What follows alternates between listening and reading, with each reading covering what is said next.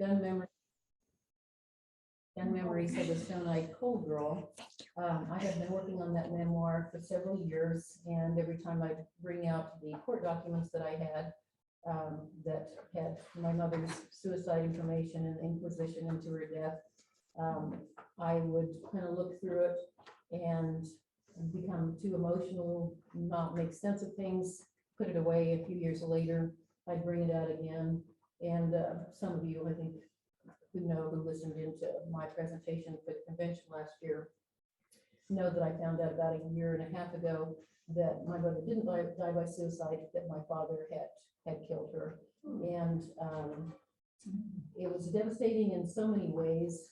But one of the things that bothered me the most, that as a writer, someone who had written so much of my angst and about my mother's suicide, so much anger directed at her. My whole life has kind of been about suicide and helping people. So to know that everything that I put out about her was a lie was horrific. Obviously, the emotion behind it was true, and my belief system was true. So initially, I had started writing Gun Memories of a Stone-Eyed Cold Girl as a way to defend my father, because every time I'd go back to my little town of St. Francis, where I grew up and went to high school after my grandparents adopted me, people would say at readings, "Did your father ever spend any time in jail for killing your mother?"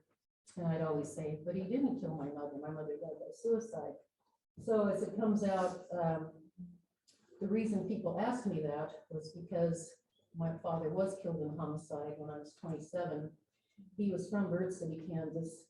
And at his funeral, one of my older stepsisters had looked up my grandmother who had adopted me, and my father had confessed to her years and years, decades ago, that he had killed my mother. So she thought, as a mother, that my grandmother would deserve to know that, yes, your belief that your daughter died by suicide all this time, was wrong. You were right. Her husband was the one who killed her. So in a small town, I'm sure she told her two daughters, my mother's sisters. Word got around, but nobody told me. So as my stepsister, my dad had kidnapped me and my sister and brother when I was 5 years old, and my brother was 6, and my sister was 7. And it was during that time that I had 5 stepbrothers and sisters, a half brother and a half sister. So there were 10 of us children that were living together. We moved constantly in different ghetto parts of Denver to keep from being found by the authorities. So it's interesting how things turn out and how our stories change over time. But it's made it easier, certainly, to write items. It was like things that I had not known that I knew, like a domino effect, fell into place and started making sense to me. I had looked my father up when I was 19 and spent a week with him and asked him about my mother's death. And he said that he must have walked in just seconds after she shot herself. He was a police officer in Durango, Colorado. She was shot once through the heart with his police gun, and there was an inquisition. He did lose his job. He lost 3 of his children. And so all my life I defended him. Wow, what a horrible thing. This poor man was 26 when this happened. It's the day before my mother's 26th birthday. He lost his family, he lost his job. This is pathetic, this is horrible. He loved us so much that he kidnapped us. And then of course I found out the reality is he was a freaking monster. And back in that day, a lot of times the police covered for each other. They very well didn't want a black mark against their police name. And I had wondered over the years, why would they have fired him? Why would they support this man who had, just lost his wife and his children? So it all kind of fell into place. And with the court documents, as I've gone through them, the Inquisition said that he had an alibi, that he had been buying gas somewhere hours away from where she was. So then there again, that's why the things seemed confusing to me, and I put the papers away. And then when I heard the truth, it was like, okay, so what he told me was a lie about just being there seconds, after she killed herself. And, the information that was in the Inquisition said that they had this alibi. So I am finally writing the truth, hopefully. And as I know it anyway, I am now in contact with all of my step siblings. and my younger half brother and half sister. And there was a several month time period where I didn't talk to anybody about it, but had amazing support from my two children. Once I gave them the news, it was the type of thing, I didn't want to tell them because I feared that in the past they worried that they had a suicide gene, and then I was worried that they would think they had a homicidal gene. So it's like, which is better? Which one do you want to go with? In hindsight, I don't know if I would have had that information before I had children, that I would have had children. I mean, it's just, you kind of question everything that's happened in your life. So I'm going to read a poem. Well, actually, okay, I'll go on with some of my other books. I kind of got carried away with them memories. Another one that I'm writing is How I Became Known as Uber Mama. Actually, about 5 years ago, I started driving Uber on occasion because I'm the type of person, if something new comes out, rather than try it from the client point of view, I try it from the person in control or charge. So I tried Ubering, and it wasn't long before I realized that almost everybody I was picking up were either handicapped or blind or had some, a lot of people, of course, were very low income. They were the waitresses, they were the cooks, they were the people that absolutely had to be at work but could not afford a car. So I had little cards made up that has a photo of my green Kia Soul on it, and it said call Uber Mama because I didn't want my name on it. So I started having clients who would contact me off Uber, and I've had some wild experiences. So that book is about Ubering and just some of those wild experiences doing that. And that's been a real fun one to write for the most part. A novel that I wrote in 2009 that I'd like to get finalized is called Girl in a Glass Bowl, or Girl Who Lives in a Glass Bowl. And it's written from 4 different people's perspective. It's written from a little boy who's 10 years old's point of view. It's written from a male's point of view who's mid-30s.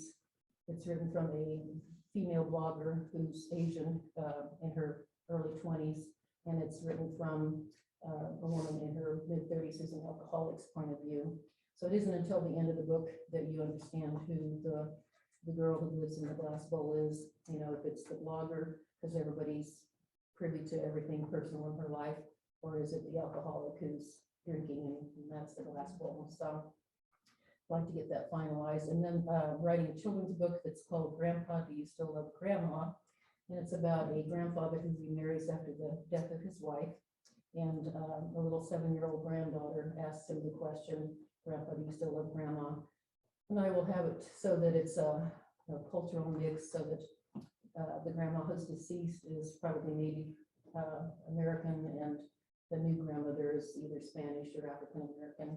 And so we can have the book in Spanish as well, and some recipes like I did with I Love the Child.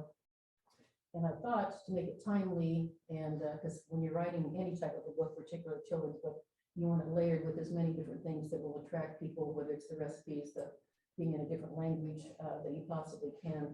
I thought I'd have the previous grandmother have died of COVID, so that issue could come up too. So, and rather than tell the little girl just simply, yes, I loved your grandmother, or I still love your grandma, he will do it in ways like, do you remember what your grandmother's favorite flowers are, and what flowers do I always have on the table, and kind of lead her through finding that out on her own. And then I am writing Paint Me In. Paint Me In is a book of poetry that's pretty much complete. When I started getting out after my news about 1.5 years ago, a new friend that I'd never met, who I kind of talked about at the convention presentation, was leaving me whiskey and raw deer liver on my front step, which I had been vegetarian for years, so that's quite the experience. And I wasn't a drinker, but now I'm like, oh, yeah, I love deer liver and I love whiskey. But, so I started getting out in nature, and there were parts of Kansas that I'd driven by all of my life. My grandparents adopted me when I was 7 out just west of the Rick Reed Breaks. That's where they lived on an 880-acre ranch. I'd never been to Little Jerusalem. I'd never been to Elk City. I'd never done the Penons Prairie, am I pronouncing that right? I mean, I had no idea there were waterfalls in Kansas. I mean, there's a lot of them. I had no idea about all the hiking trails. So as I've been touring Kansas, I'll pick a different place and I'll go there and I'll take photographs, and I will write poems. So each section will be kind of divided by different areas in Kansas. And I'd like to follow that up with a painting book for children of the same areas, so they can have a place where they put their photograph and the paint me in, that they would actually be able to paint the picture of themselves in that spot. I'd heard that, I read recently that Kansas youth, I think, are in the top 10 states for obese children. And I'm thinking, why? We've got this beautiful, amazing area, all these hiking trails and fishing places and horseback riding, but I'm sure a lot of it has to do with what I'm looking at just now on our phones and games and so forth. But it would be maybe an incentive for them to get out. So now I'm going to read you a poem that I heard as a prompt from NPR one day. And it was one of those that made me just sit down and write a poem right off the bat. So I'm going to do this, and then I'm going to, the prompt is for you to write either a prose or poem piece that you will then share with us, because it'll be your turn to introduce yourself with that. So this is I am from, okay, and this is from my book, Winds of Time. I am from high plateaus, roving wheat fields, wind that blows from all directions, sometimes all at once. I am from dirt mixed with blood, memories unreachable, unthinkable, unmistakable human fragility and strengths canyoned into one being.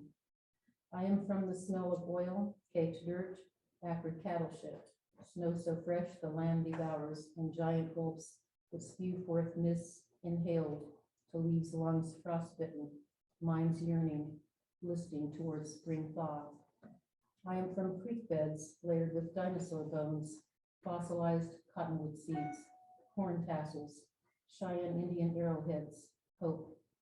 I am come into being, a part of the place that birthed me into this time, where fibers of my insides carry cells regenerating by generations of eating dirt in all its glorious forms. I find I am, and I go forth. So if you would spend about 5 to 10 minutes writing your introduction, and then I will have you share them. The people who are on Zoom, thank you for zooming in, and please write something. You'll have a chance to share if you'd like. Hi, Roy.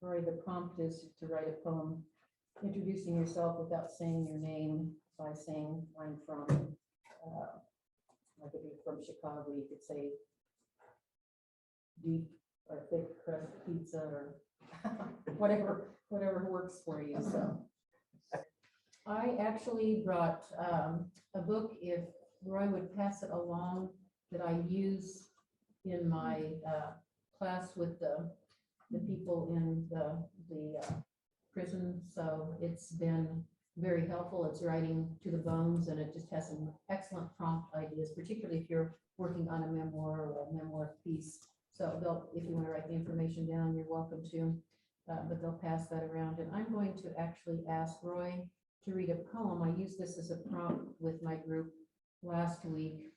It's a pretty well-known William Stafford poem called 15.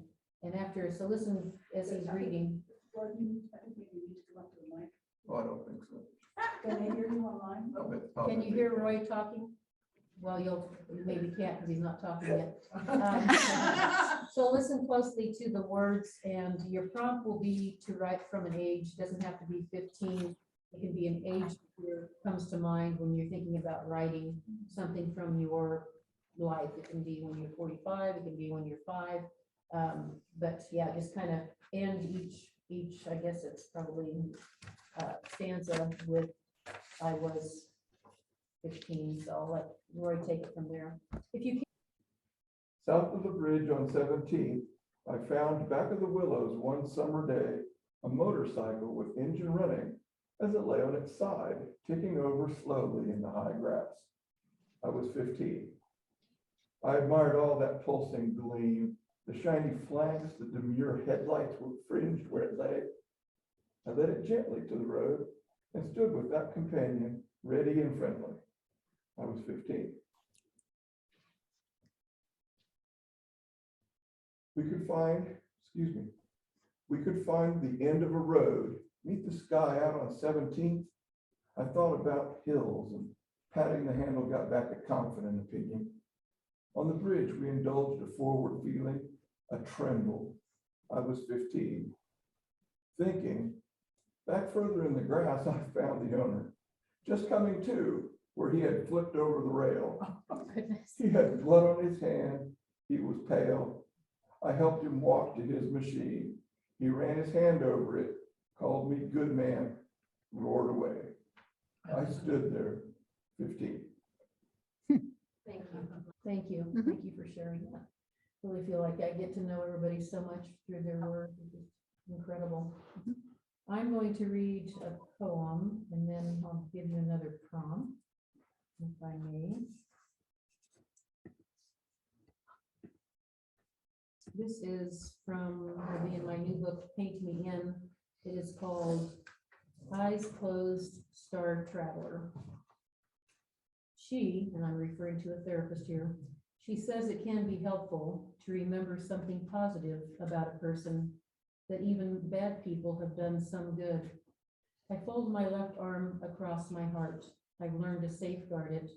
I pull my legs to my chest, search to see if I have any such memories of my father. Flashes of my siblings being spanked as if they were somehow to blame when my cloth diaper cut on the handle of the bathtub's hot water faucet, scalding my back and buttocks. He'd punched my stepbrother in the stomach when I tattled on him for hitting me, telling my brother and me no when we returned home, freezing without mittens or proper coats that stolen day in Denver. I won't drive you to school. Then this pushed its way into my mind. Look up, Pete said. Your mother is now the brightest star in the sky, just hours after he'd murdered her. I pulled my legs to my chest, then too, closed my eyes, blocked out everything but blackness, no sounds or feelings, encased in a protective cocoon. I can thank him for teaching me that trust becomes fear, and fear turns into self-loathing. Love turns into hate, and hate into love. That anger can and does dissipate. That the love I have for my own children would one day save my life. I can thank him for teaching me to disassociate at such an early age. And even with my eyes closed, looking inward, I watch for my mother's face in the stars. I can thank him for that. The next prompt is going to be from this little line. I think this is another one of Stafford's. I think that one of the reasons I'm so attracted to Stafford as so many people are, is his poems are direct in terms of you can understand them, but yet they're also like a puzzle in that you can look at it and learn something new from them every time you look at them and read them. So if I can find it here.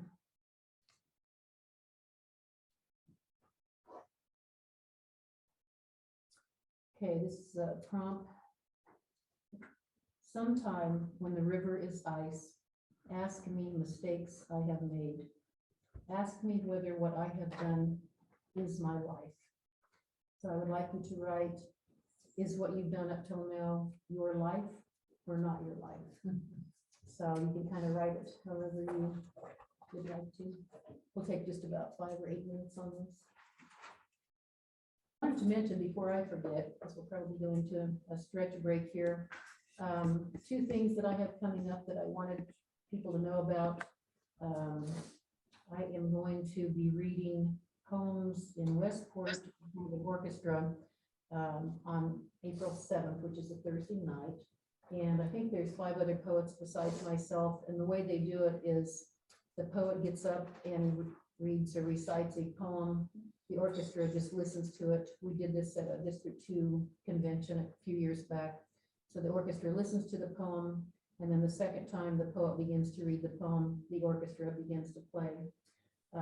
So it's really cool. It's just amazing what the orchestra comes up with. Well, it's several people. They call themselves the River Cow Orchestra. So, and then every year, and I don't know if you've been part of this before, Roy, every year I host a big poetry reading at Lawrence Arts Center in Lawrence. And it's with usually Elizabeth Beth Schultz. And I think this is our 9th year doing it.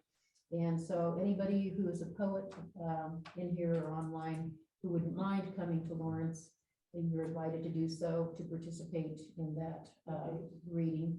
We don't have a date set yet. It will most likely be the last Sunday of April, and usually in the afternoon from usually around 1 or 2 until 5 or 6. We have it in the large gallery room, and they'll have a display of preschool art in there, which would be kind of cool. So I thought, since I'm doing this with the orchestra, that it might be fun for a change to ask the orchestra if they would care to come. And that way poets who come in, we usually have 26 to 30 poets come in from all over Kansas and Missouri, that they would be able to do that same thing, so that the orchestra gets kind of a, something where they're showcased a little bit more. But it's really a nice opportunity for poets. I mean, it's an incredible experience. Okay, I'm going to read a poem, and then you're going to have one last prompt, should you choose to take it.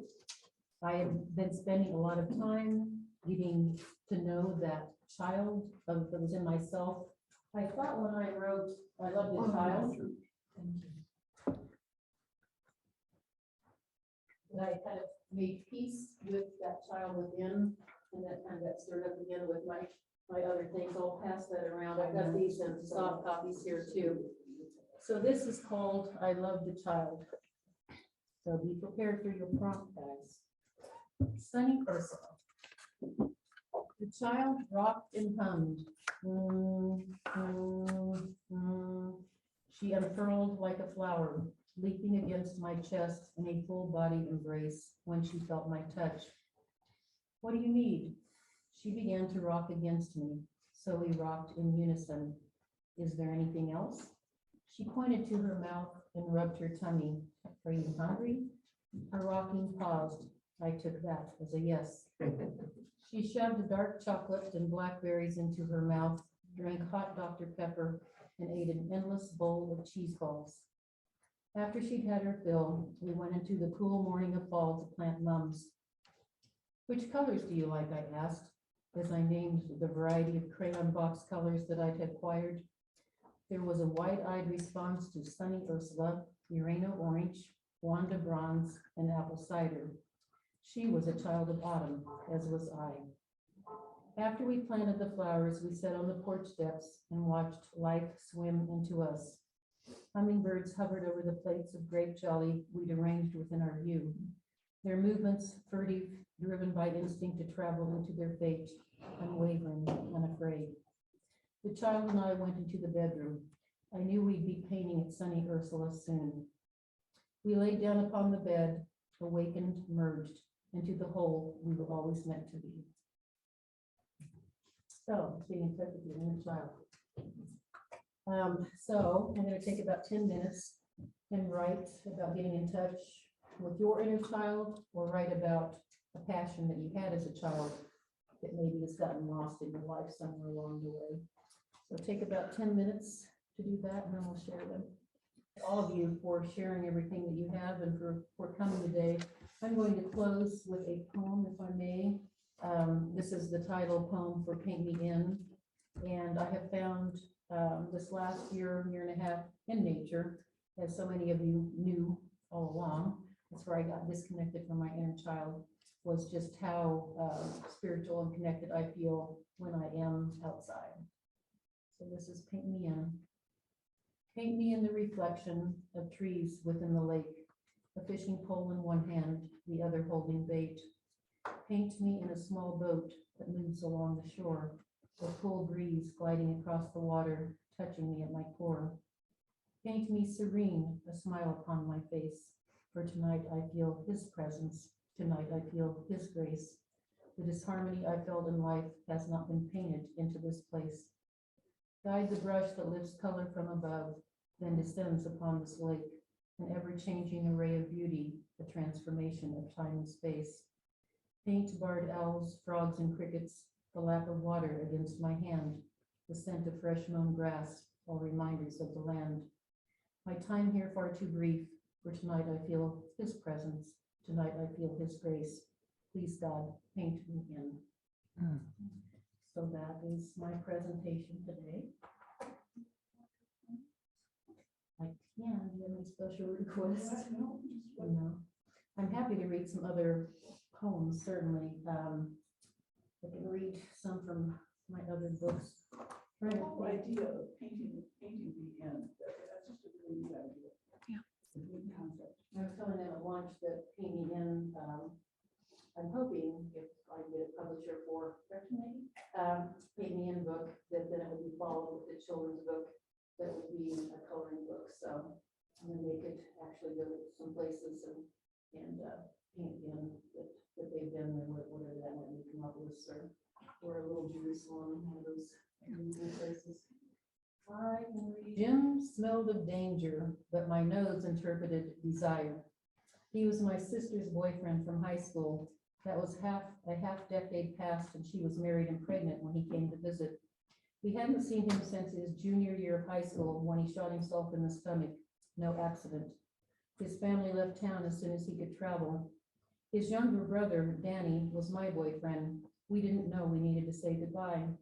A few months later, I tried to run away from home. I took a photo of Danny with me. The first empty house I stayed in, just up the road. I didn't make it far on foot. I set fire to that photo. Soon after, I heard my boyfriend had burned to death in a fire. He'd run back into the house to get a picture of someone he loved. Jim found me on Facebook a month ago. He told me my sister still owned a piece of his heart. Yesterday, he sent a photo of Danny. It was the same one I'd set fire to. Ooh. That was a strange experience. Okay. Sorry, my poems are also weak. They tend to be that way sometimes. This one, one of the people I work with in the prison system reminds me of this poem. I haven't read it because I didn't want him to be reminded of it either, but this is called Pickles.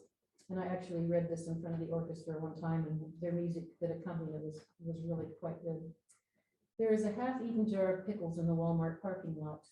Picnic or spilled goods. He has tats covering his entire body. Well, those parts I can see. One teardrop descends from his left eye. I tell him I like the tats, wish they were raised, so if I were blind, I could see them with my hands. I imagine tracing them with a forefinger, tentative at first, then with an open hand, welcoming them in. A dragon, fireflies, flowers, intricate scrollings in a multitude of colors spill onto his neck, arms, and legs. They entwine with each other. I tell him he should lose the tear. He looks at me with questioning eyes. I can cover it if you'd like. No, I reply, lose it. You're happy now. He was one of the people I actually picked up Ubering, and that wasn't until I mentioned the poem to my daughter and some other people that they reminded me that a tear from an eye means, depending on how many tears there are, how many people they've killed. So gave me a little different impression of him the next time I picked him up. I was like, whoa. Yeah, okay. So let's see. Maybe there are questions too. Yeah, does anybody have any questions? I was going to mention too, when you're writing trauma, and some of the topics here can certainly lead into trauma episodes or make you remember some traumatic times in your life.